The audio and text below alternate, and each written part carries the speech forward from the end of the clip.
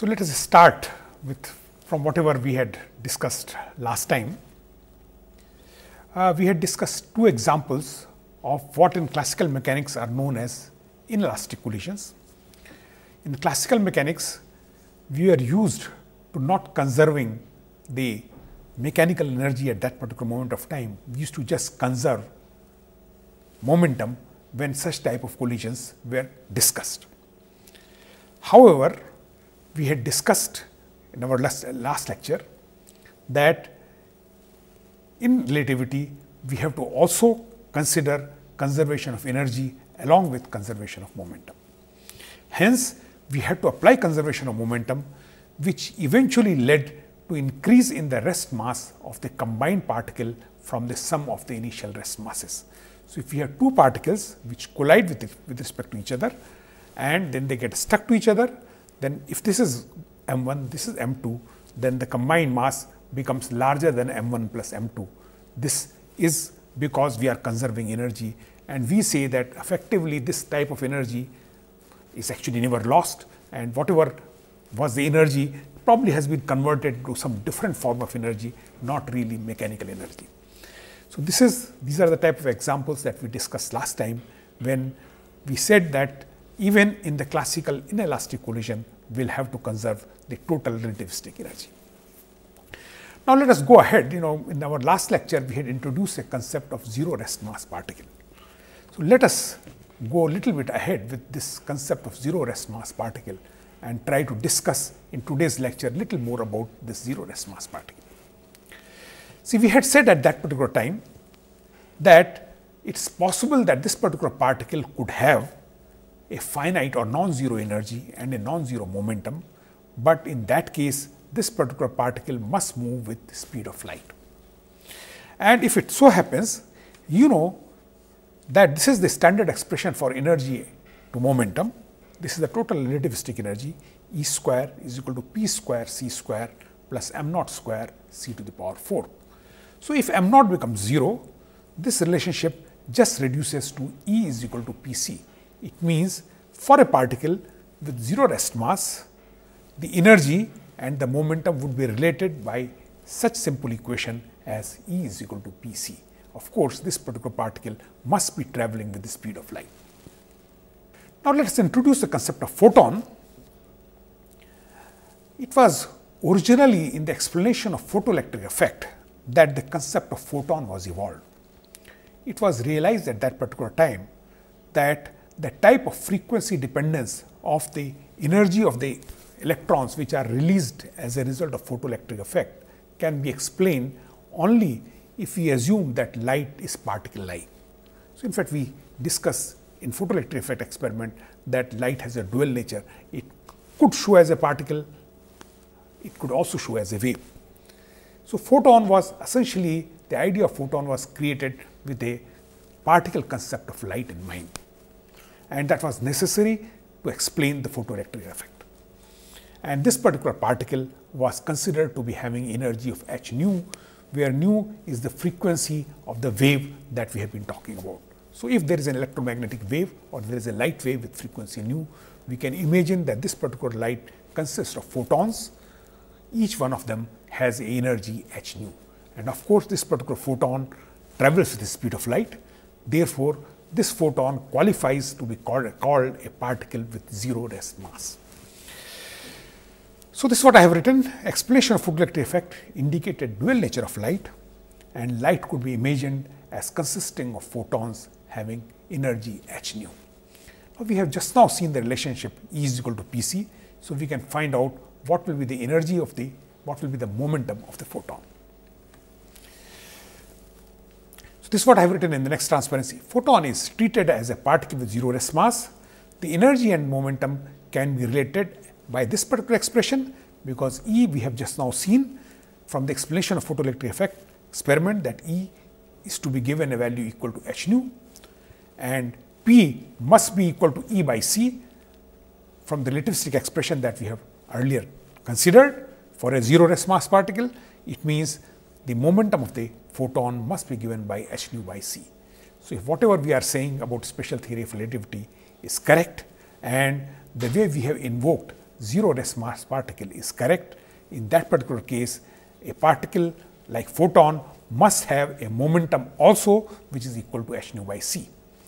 It was generally known even in earlier cases that light carries momentum, but here we sort of get involved with a rather newer concept when I treat particle photon just like any other particle, but traveling with the speed of light and having energy h nu and a momentum of h nu by c. Actually, in the photoelectric effects experiment, it is not really possible to test the momentum of the photon, because actually the photoelectric effect has to be observed when the electron is bound inside an atom, and therefore quite a bit of recoil energy is taken by the atom or by the solid, and therefore it is not possible to really test that the photon has a momentum. In fact, in photoelectric effects experiment, we only apply conservation of energy. However, there is another experiment which we call as Compton effect, in which it is possible to really check and experimentally verify that this idea of photon is a realistic idea as far as particle of zero rest mass is concerned. It can really be treated with a particle energy equal to h nu and a momentum equal to h nu by c. So, let us just describe the Compton effect experiment. So, Compton effect is actually recoil of a photon by a free electron. So, let us assume that we have an electron E which is at rest, and there is a photon which comes here with energy h nu. This photon gets scattered and eventually comes out in a different direction. This direction makes an angle theta with the initial direction of the motion of the photon, and it comes out with a different energy, the changed energy h nu prime. And as a result of this scattering, this electron scatters, goes other way at an angle of phi from the incident direction of the photon with an energy E e.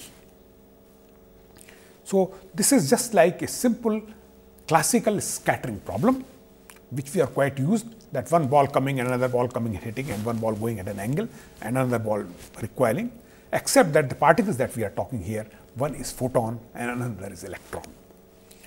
So, what we want to do, we will treat photon as really a particle of energy h nu and a momentum of h nu by c, and would like to apply conservation of energy and momentum to this problem like we have been applying for any other particle that we have discussed earlier. And let us see what result that we get. So, what I will do in the next transparency, I will write the energy conservation and the momentum conservation, because that is what we are supposed to apply. Now, as far as energy is concerned, the initial energy before scattering was the energy of the photon. It does not have a rest mass energy because m naught is 0. So, m naught c square is also 0. So, the total energy of the photon is h nu. This particular electron, which was at rest, has only the rest mass energy, which was equal to m naught c square. So, total initial energy will be given by h nu plus m naught c square. After scattering, you have a photon which goes this way, and it comes out with a reduced energy or a different energy. In principle, it will be reduced energy because part of the energy will be taken by the electron. So, this particular h nu prime is the new energy of the photon, changed energy of the photon. So, the photon which comes out has the energy of h nu prime, and the electron now also gets certain amount of kinetic energy, and let us assume that its total relativistic energy is E e. So, the final energy after the scattering must be equal to h nu prime plus E e. So, this is what I will be calling as conservation of energy. So, I will get one equation for conservation of energy. I have to also apply conservation of momentum. When I apply conservation of momentum, momentum being a vector quantity, I have to consider both x and y direction. I have shown this as the x direction, which is the direction of the initial motion of the photon, and perpendicular to it is the y direction, and I have assumed that the scattering has taken place in xy plane. So, I have to conserve not only the x component of the momentum, but also the y component of the momentum. So, we realize that as far as this particular particle is concerned, the photon is concerned, its initial momentum was h nu by c. We have just now discussed that. This electron was at rest, so its momentum was 0. This particular photon has momentum only in the x direction. Therefore, the x direction initial momentum is h nu by c, and the final momentum in the x direction will be the momentum of this component of the momentum of this photon along x direction and the component of the momentum of the electron along this particular direction. In the y direction, which is this direction, there was no initial momentum, so final momentum should also be 0. It means if I take the component of this particular momentum along the y direction and component of this momentum of this electron along the y direction, the two must balance out. So, these are the equations that I am going to write. Only thing I will write the momentum of the electron as P subscript P or P subscript E.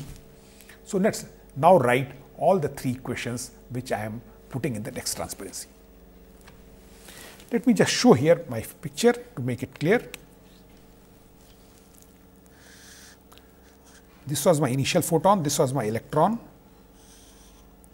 This was going in this particular direction, making angle theta, and this was electron which was going in this direction, making an angle of phi. So, my first equation says, which is the conservation of momentum along the x direction. This is the initial momentum of the photon, because the initial momentum was only along the x direction, which is h nu by c. Now, momentum of the photon which has been scattered is h nu prime by c. This is h nu prime by c. So, if I take the component along the x direction, it becomes h nu prime by c cos theta. Similarly, the momentum of this electron, let us assume, is P e. So, along the x direction, its component will be P e cos phi. So, this is what I have written in this particular transparency. H nu by c is equal to h nu prime by c cos theta plus P e cos phi. Now, we take the momentum along the y direction. If I take momentum along the y direction, this momentum must cancel out with this particular momentum. The momentum of the photon, outgoing photon in this particular direction, is h nu prime by c sin theta. Momentum of this electron is P e, and in the y direction it will be P e sin phi. So, I expect that h nu prime by c sin theta must be equal to P e sin phi. So, this is the second equation which I have written here.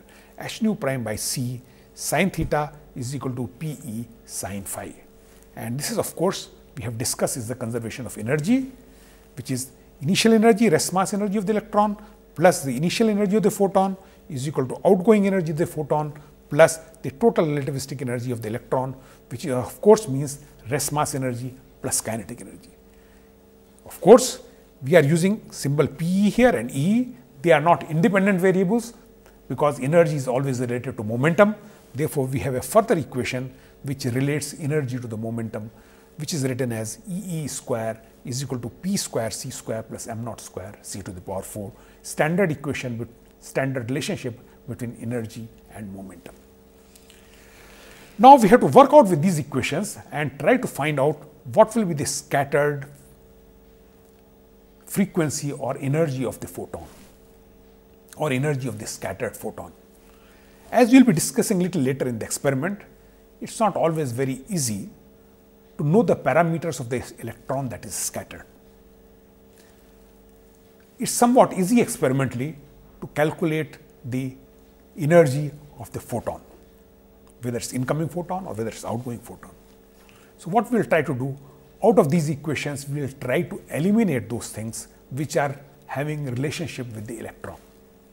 So, first thing that I would like to relate, remember phi was the angle in which this electron got scattered. So, there is a cos phi here, there is a sin phi here.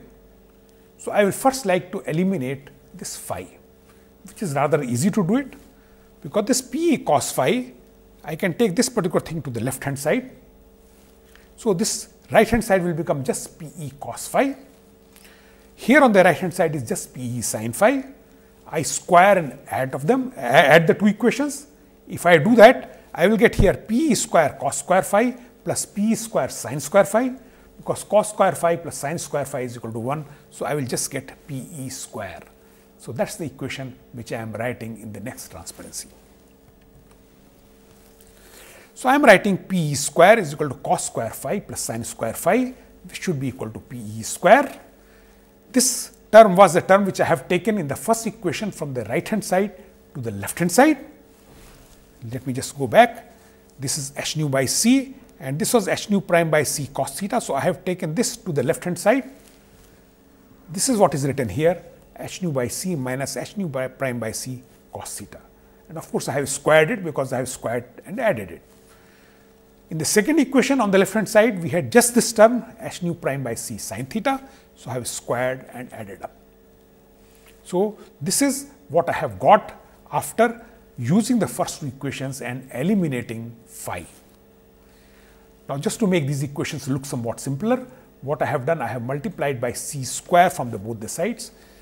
So, if I multiply by c square here, I will get p square c square, which appears here, because I have multiplied by c square and there is already a square here.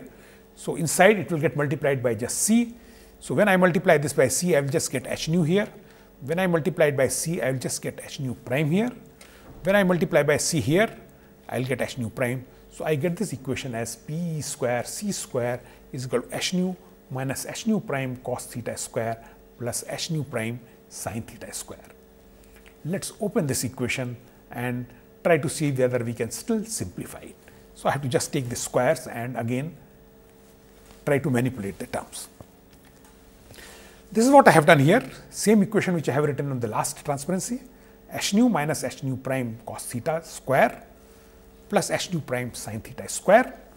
So, I first expand this term. So, I will get a square plus b square minus 2ab. So, a square is h nu square, which I have put h nu square, b square is h nu prime cos theta square. So, it becomes h nu prime square cos square theta minus 2ab. So, minus 2 into h nu prime cos theta. So, this becomes the expansion of the first term. The second term is just h nu prime square sin square theta, which I have kept just like that. We realize here that I have h nu prime square cos square theta and there is h nu prime square sin square theta. So, when I take these two terms into consideration together, I will get h nu prime square multiplied by sin square theta plus cos square theta, which again gives me 1. So, these two terms together will just lead me h nu prime square. So, I go to the next step. This h nu square, I just put it as h nu square. These two terms gives me h nu prime square. So, this I put as h nu prime square. This term I keep it as it is, which is minus 2 h nu into h nu prime cos theta.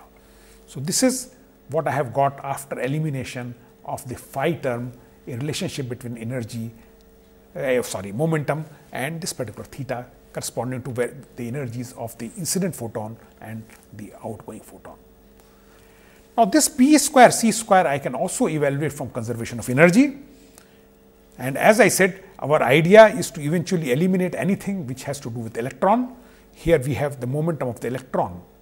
Here on the right hand side there is nothing which is relating to electron. This is relating to the incident photon, this relates to the outgoing photon, similarly these two terms. So, I would like to get eventually rid of this particular term Pe also, and there is an easy way, because I know that E square is equal to P square C square plus m naught square C to the power 4. So, what I will write this P square C square in terms of the energy of the electron. So, that is what I am doing in the next transparency. So, this was the energy and momentum relationship for the electron.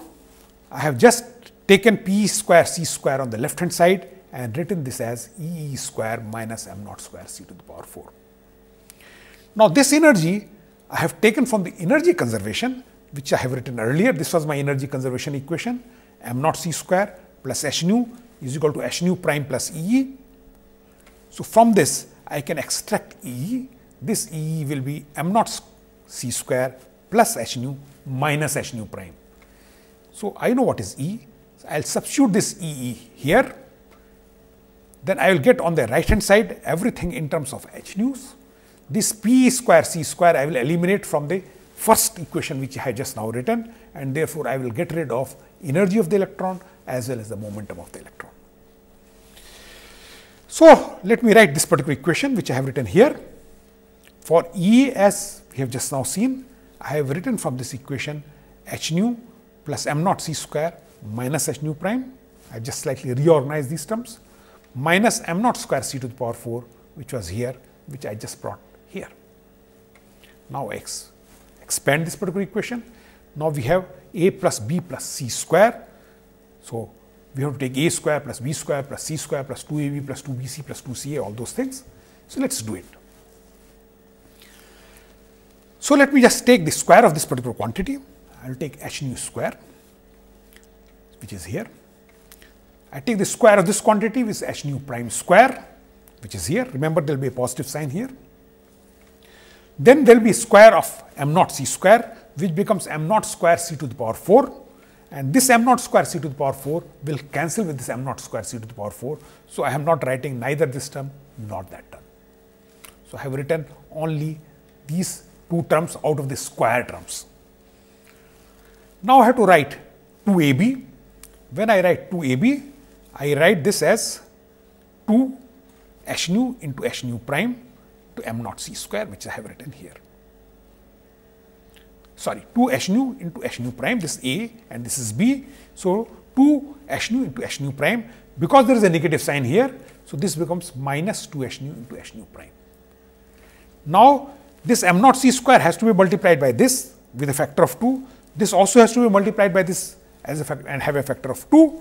So, I have combined these two terms and have written here as plus 2 h nu minus h nu prime, taking them together multiplied by m naught c square.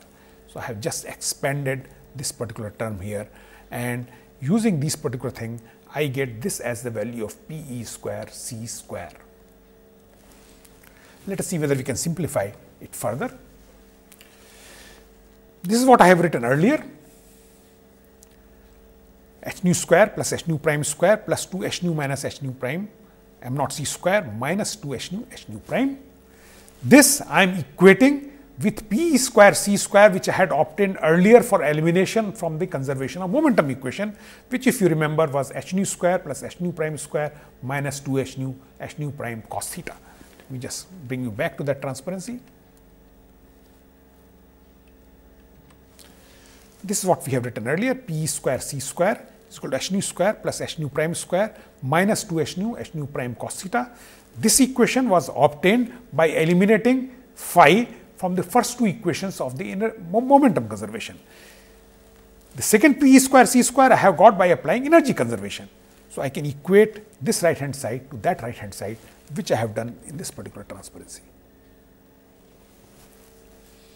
So, h nu square plus h nu prime square minus 2 h nu prime cos theta from momentum conservation. This is from the energy conservation, which I have written. You can see very easily that I can simplify these equations further, because h nu square will cancel with this h nu square, this h nu prime square will cancel with this h nu prime square. Here, what I will be getting, this 2 factor will also cancel, and if I slightly organize, bring this particular term on the left hand side, what you will have, 2 is already cancelled here. So, you will get h nu into h nu prime, this being on the left hand side will give me 1 minus cos theta on the left hand side, and only this term on the right hand side, which is h nu minus h nu prime m naught c square. So, this is an equation which must be obeyed if whatever I am saying is correct, which gives me the relationship between the frequency or the energy of the outgoing photon in terms of the energy or frequency of the incoming photon and the angle of scattering, which is theta. This equation can be further simplified if we write in terms of lambda. Let us try to work out this particular example in a slightly simpler fashion. This is what I have written earlier, the last transparency. Now, I express everything in terms of lambda. The frequency of the incoming photon can always be written as c divided by lambda, because frequency multiplied by lambda must be equal to speed, and the speed of photon is c. Therefore, I can write nu as c by lambda, which is the wavelength of the incoming photon. H nu prime I can write again as h c by lambda prime, because nu prime is equal to c by lambda prime. So, this is what I have written as c by lambda prime. Remember, in general we will find that nu prime has to h nu prime has to be smaller. It means lambda prime has to be larger, into 1 minus cos theta, which is the same term. Here also I express nu as c by lambda and nu prime as c by lambda prime, writing this equation in this particular fashion. So, this h nu has been written as sc by lambda, this h nu prime has been written as sc by lambda prime. So, I can cancel a lot of hc's. You can see there is an hc here, there is an hc here, but there are two hc's here. So, probably one of them will remain, will cancel one of the hc's. There is another c, here there is m naught c square. So, there will be one c which will be going away, and the equation will turn out to be fairly simple. This was my equation which I had written here earlier. So, I get hc square because there are two hc's here. This is lambda into lambda prime which I have written here. Here I take hc, I just use this particular thing, simplify this, taking hc out. So, it will become lambda prime minus lambda. So, this is lambda prime minus lambda, and lambda lambda prime in denominator, which I have written in denominator, multiplied by m naught c square, which is this equation. Now, I start cancelling the term. I write this on the left hand side now, lambda prime minus lambda, this on the right hand side. This hc will cancel with this hc. So, there will be one h remaining here and one c remaining here. There will be m naught c square. So, one of the c will cancel with this c. So, there will be one h remaining here, and on the right hand side there will be just a m naught c which will be remaining here. So, the equation which I get is as follows. Just like trying to write in a different fashion, trying to this right on the right hand side, I get the standard well known Compton effect equation which says lambda prime minus lambda is equal to h upon m naught c multiplied by 1 minus cos theta. It means if whatever I am trying to say, the scattered photon will have an increased lambda, and that difference between the original lambda and the increased lambda will be given by h upon m naught c 1 minus cos theta. Cos theta being always smaller or at the most equal to 1, either lambda prime minus lambda will be equal to 0 or will always be positive, as I had expected, because part of the energy of the photon must have gone to the electron. Therefore, the photon which is coming out must come out with somewhat reduced energy. It means reduced frequency and therefore larger lambda. So, this is the standard Compton effect expression. Now, question is that can I experimentally verify it? If I really experimentally verify it, then I have sort of shown that my idea of photon as a zero rest mass particle with energy h nu and momentum h nu by c has a meaning, and probably it's something which we can take forward. Now, it's very easy to say that you have a free electron and the photon comes and hits here, but where do I get when I want to perform an experiment a free electron? It's not easy to get a free electron and perform this particular experiment when you want to do really experiment. So, generally in a Compton effect experiment, we use a metallic foil. When I use a metallic material, okay, in metals they are supposed to be a very large number of nearly free electrons. I mean strictly speaking, they are not really free, but to a reasonable approximation, I can treat them as more or less free. The other problem is that these electrons which are somewhat free, okay, they may not all be at rest, but that does not matter. If we have to perform an experiment, we have to see that.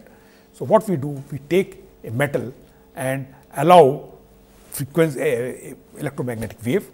In fact, as you will be seeing that this h upon m naught c turns out to be extremely small.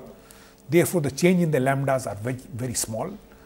It's order of 1/10 of an angstrom, which is very small. So, normally when we perform this experiment, we use gamma rays. So, this is the way we perform the experiment. We use free electrons within the metals for the experiment, and experiment is something like here. You have a metallic target. There is incident gamma ray beam which comes and hits here, and you have a detector which detects gamma rays. It's possible to obtain detectors which can detect and which can count, which can tell how many photons have come at a particular angle. So, if my photon beam is initially coming in this particular direction and I am collecting my photons in this particular direction by counting the number of photons reaching detector, and I can measure their frequency, which is also easy to measure, then I know all these photons must have come after scattering at an angle theta. Of course, this theta I can change and keep on verifying my experiment. So, this is what normally is done, that you allow this particular gamma ray to be incident on metallic target. You have detector, fix it at a particular theta, collect the photons, measure their energy. Keep on changing theta, keep on going to different thetas, and at every angle you keep on measuring the number of photons and keep on finding out their energies. When we do this particular experiment, we get something like this. The curve is somewhat like this. So, if we take the lambda prime, which is the frequency, that wavelength that we measure, and find out how many number of photons are coming with that particular wavelength approximately. In fact, you have to take a range between lambda and lambda plus d lambda, but let us not go into those details. We just take n versus lambda prime curve. You find two peaks, one at larger lambda, another at smaller lambda. This peak is generally having much larger width. Now, this original peak corresponds essentially to the original wavelength lambda which was present there. This particular maximum does indeed corresponding to the lambda prime that is expected out of the Compton scattering. So, you do find experimental verification. Of course, there is a line width. I mean, we know that there is a natural line width which has to be always present, but here the line width seems to be broadened, especially in this particular case. Also, we find that the original wavelength is also present. Now, this can be explained as follows. When the photons are coming and being incident on the atoms of the metal, not every photon will get scattered only from the free electron. Some of these photons will also get scattered from the atoms. And if they get scattered from the atom, remember in the Compton effect experiment, what was appearing was h upon m naught c. So, this m naught for the atom is going to be very, very large. In fact, had it not been electron but any other particle, this expression would still be all right, except that mass has to be different. Mass that you have to use has to be of the mass of the particle that is scattering photon, and if that happens to be an atom, this m naught is going to be extremely large. Therefore, lambda prime minus lambda is going to be extremely small, which is essentially negligible. Therefore, you will not find any measurable change if the photon gets scattered from the atom. Therefore, you do also find the original lambda, even though you are measuring or you are collecting photons at an angle theta, because the original wavelength is also present, because these are the photons which have got scattered from the atom and not just from the electron. Also, we see a larger line width, and this particular line width is expected because electrons are not really at rest. Okay, they are moving with different type of velocities, and therefore, there has to be some amount of distribution of the photon energy that you are measuring. Therefore, this particular width is being explained because of larger number of a distribution of velocities of the electrons that you see in the metal. But basic crux of the issue is that you do really see that this particular experiment does prove that it's possible to get lambda prime minus lambda is equal to h upon m naught c 1 minus cos theta. This particular peak does satisfy that equation.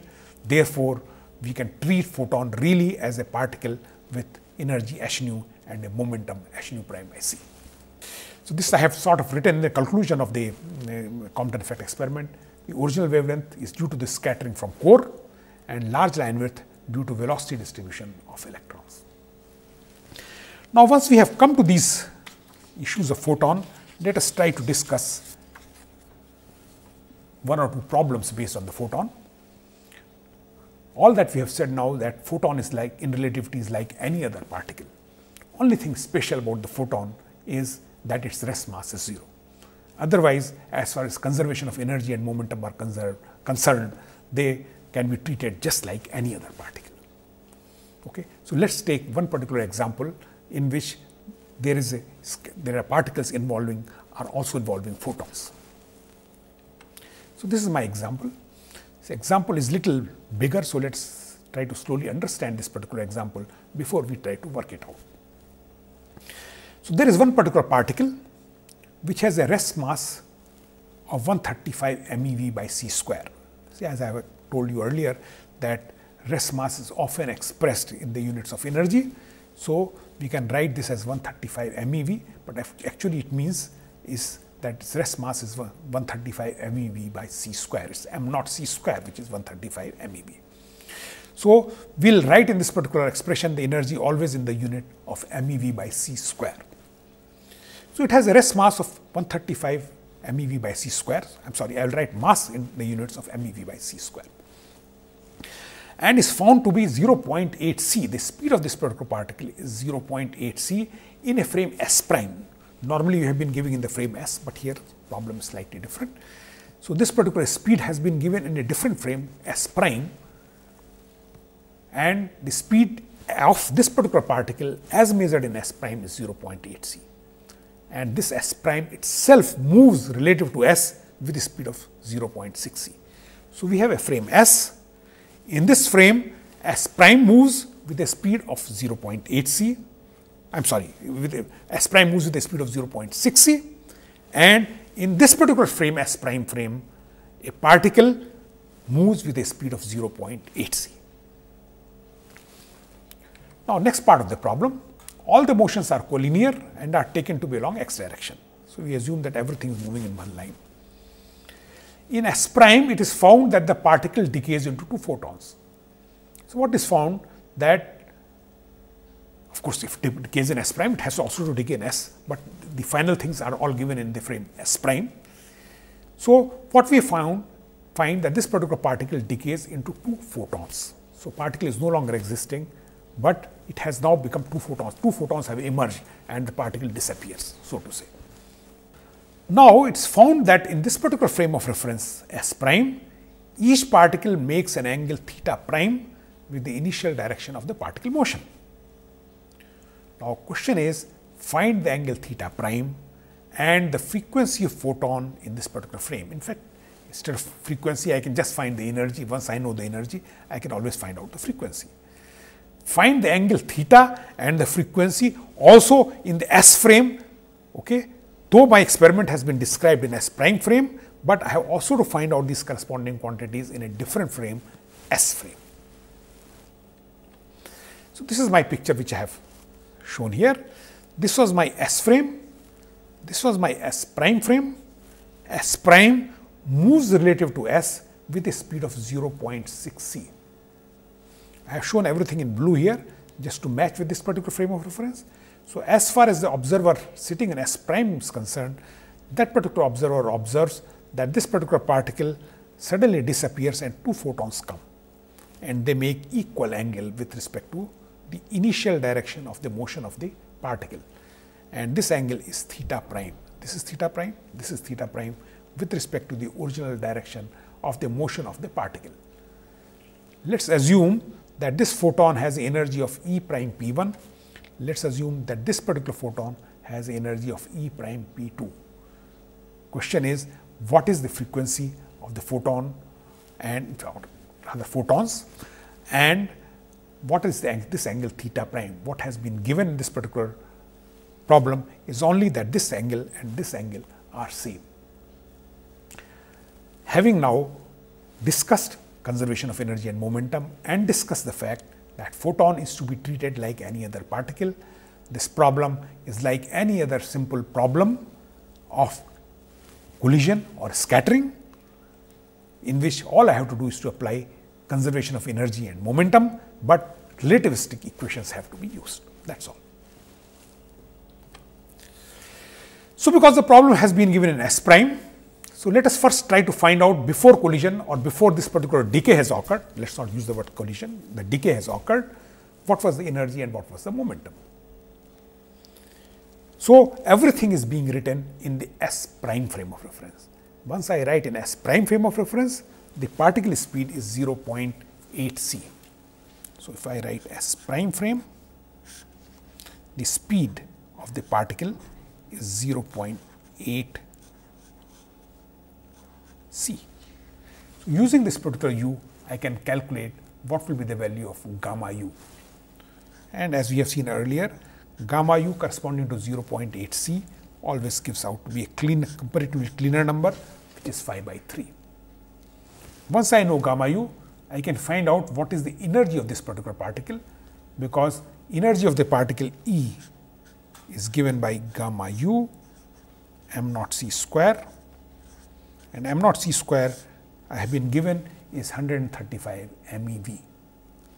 Similarly, I can find out what is the momentum of the particle, which happens to be only along the x direction. So, I am not putting the vector sign, is equal to gamma u m naught u. So, this is what I have written in this particular transparency. Of course, because this is S prime frame of reference, so I must use E prime. Is here also I must use u prime to be more precise, because everything is being observed, and here also should be gamma u prime, because everything is being observed in the S prime frame of reference. So, let us look at this particular transparency. I have written gamma u prime is equal to 5/3 using value of u prime as 0.8 c. E prime is equal to gamma u prime m naught c square, which is 5/3 into 135, which is equal to 225 MeV if you just calculate this number. P prime is gamma u prime m naught u prime 5/3. This particular value of m naught u prime, I have this particular value of u prime is 0.8 c.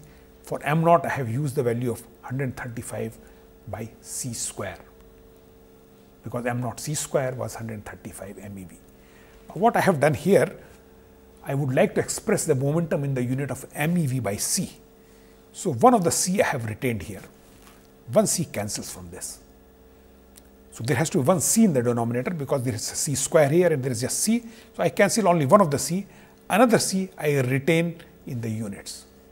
So, I had to just calculate this 5/3 multiplied by 135 multiplied by 0.8, and this c I am just taking as a part of the unit. So, if I calculate this number, I get 180 MeV by c. So, basically I have used these equations which I have written here in this particular paper. Of course, this is mu prime, gamma u prime, substituting these values, only thing expressing this particular quantity in the units of MeV by c. So, this is what happens in S prime before this decay occurred. Now, let us see what happens after the decay occurs. After the decay occurs, then what you are getting are two photons, one going this way, another going this way, making an angle theta prime with respect to each other. So, like before, like in the Compton effect experiment, I had to conserve initial momentum to the final x component of the momentum. I have to balance the y component of the momentum. That is what I am doing in the next transparency. If E prime P1 and E prime P2 are the energies of the two photons, the sum of the two energies must be equal to the initial energy that is available to me, that we have just now seen is 225 MeV. So, this is equal to 225 MeV. Along the x direction, I have to take, this is the energy. So, momentum will be this divided by c, because this is a photon which is a 0 rest mass. This is for the first photon. X component must be cos theta, just like Compton effect experiment, cos theta prime rather. For the second photon, you must have E prime P2 divided by c cos theta prime.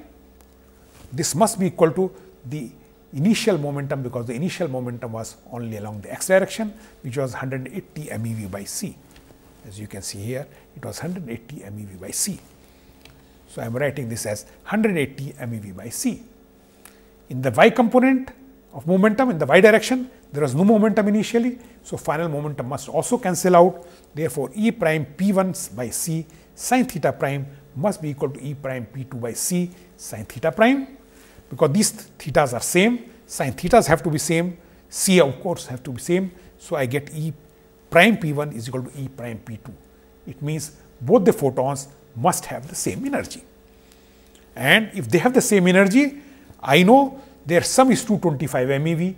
So, the energy of each of the photon will be 225 divided by 2.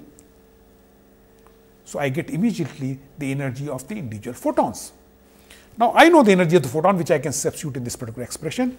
I can find out what is theta, because this theta is same, these two are same. So, I will get 2 into whatever this energy by C, cos theta is equal to 180 MeV by C. So, I can immediately find out what is cos theta, which I am giving in the next transparency.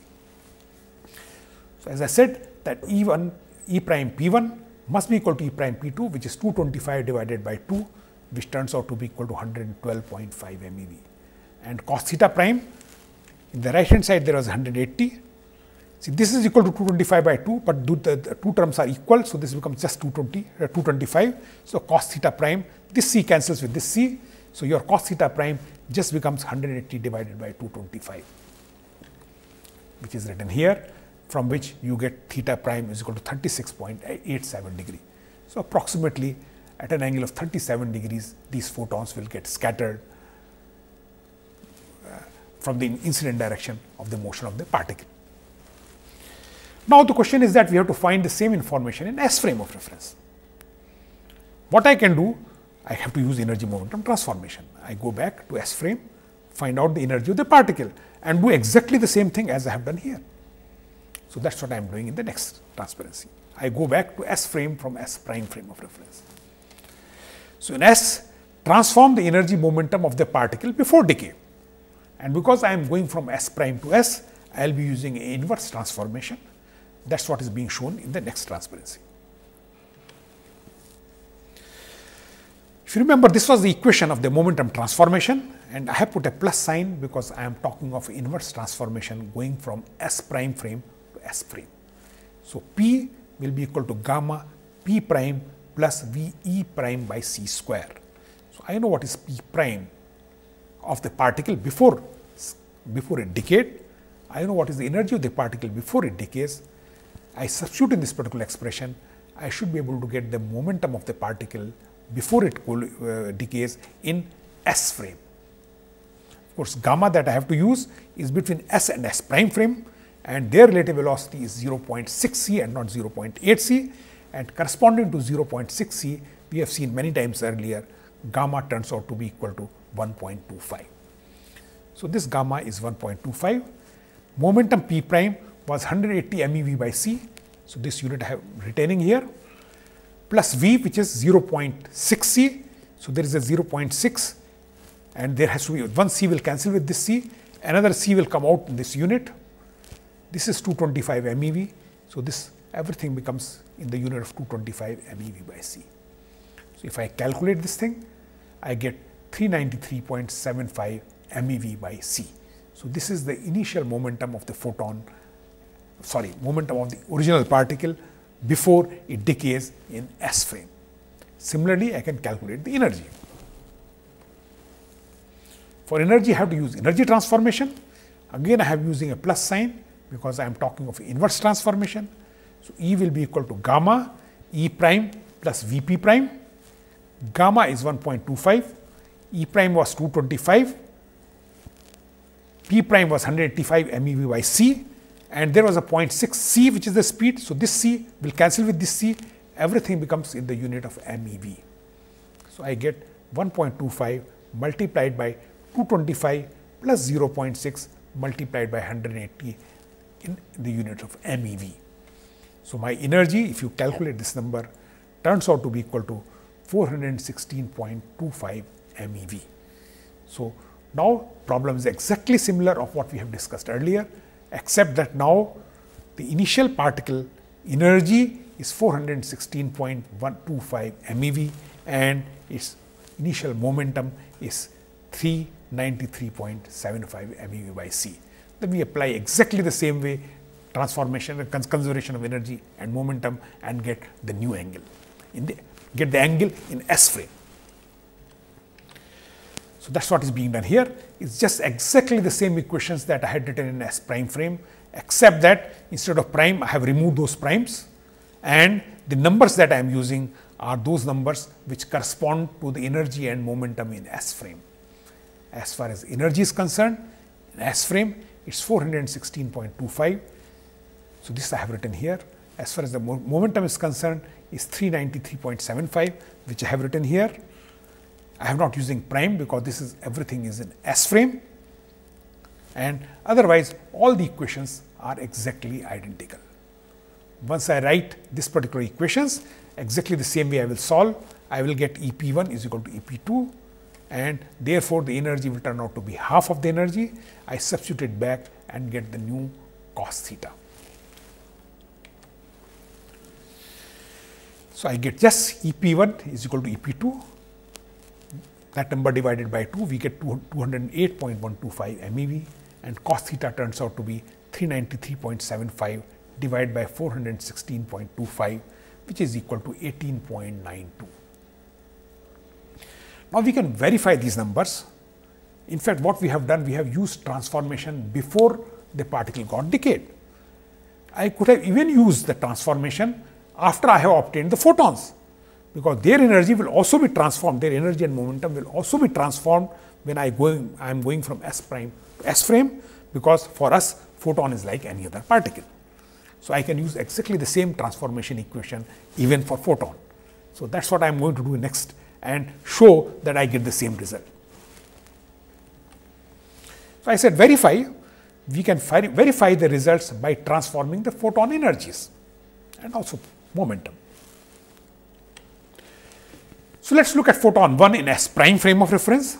This is what I had got its energy 112.5. This is what we had calculated earlier. Now, let us calculate its momentum.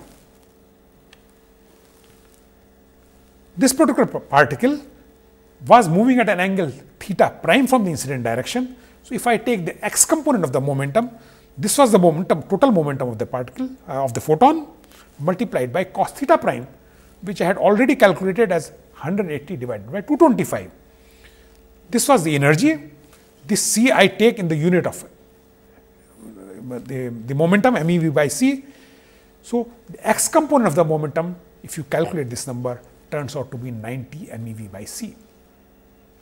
The y component of the momentum is this momentum multiplied by sin theta prime. If I do that particular thing, I take this particular value is 112.5 and take sin theta prime, this turns out to be 0.6, and I get this number as 67.5 MeV by C. So, I have found out what is the x component of the momentum, what is the y component of the momentum. Now, transform these things back to S frame. So, I calculate P1x, which is the momentum of this photon, x component of the momentum of this photon in S frame of reference. Use same transformation equation, there is no difference. Photon is just like any other particle. So, I write gamma times P prime for the first particle, x component, plus VE for the first particle divided by C square. Gamma has to be 1.25 because I am transforming from S prime to S. Exactly similar equations. This momentum is 90.6 multiplied by V is 0.6 multiplied by 112.5. You calculate this number, you get 196.875 MeV by C. Now, as far as y component of momentum is concerned, there is no problem because they are same. So, I just write P1y is equal to P prime P1y, which is 67.5 MeV by C. Of course, I have taken the photon which has a positive component in the y direction. If we take the other photon, that will have exactly the same value, but will have a negative component in the y direction if the photon was coming down rather than going up. So, otherwise this particular expression will be valid, this number is valid for both the photons. Now, I transform the energy of the photon. If I transform the energy of the photon, I get energy of the photon in S frame as gamma multiplied by the energy of the photon in S prime frame plus V multiplied by the x component of the momentum of the photon in S prime frame of reference. So, this gamma, as we have seen, is corresponding to value of 0.6 C, which is the speed between S and S prime frame. I substitute here 1.25. E prime P1 we know is 112.5, this V is 0.6 and this was 90, this is 0.6 C and this P prime was in the unit of 90 MeV by C. So, this C cancels out, I get everything in the unit of MeV. So, if I calculate the energy of the photon in S frame of reference, this will turn out to be 208.125. Now, I have to find out the angle in S frame, that I can find out because I know the y component of the momentum. and I know the x component of the momentum, which is here. So that's what I am doing in this particular transparency. This is the value of the x component of the momentum. This is the value of the y component of the momentum. I just take tan theta, this divided by this. This gives me the value of theta, which I get exactly same as 18.92. Of course, I have also found out the energy of the photon in S frame, and what has been asked in the problem is the frequency. But as I have said, that if you know the energy, I can always find out the frequency by dividing it by h. So essentially the problem gets solved. The basic idea of this particular problem is just to tell that like we are applying energy momentum transformation for any other particle, I can apply also for the case of the photon. So in the end, I will summarize whatever we have discussed. We had introduced the concept of photon as a particle with zero rest mass. We gave an example and saw that photon momentum and energy conservation, how they have to be applied. Thank you.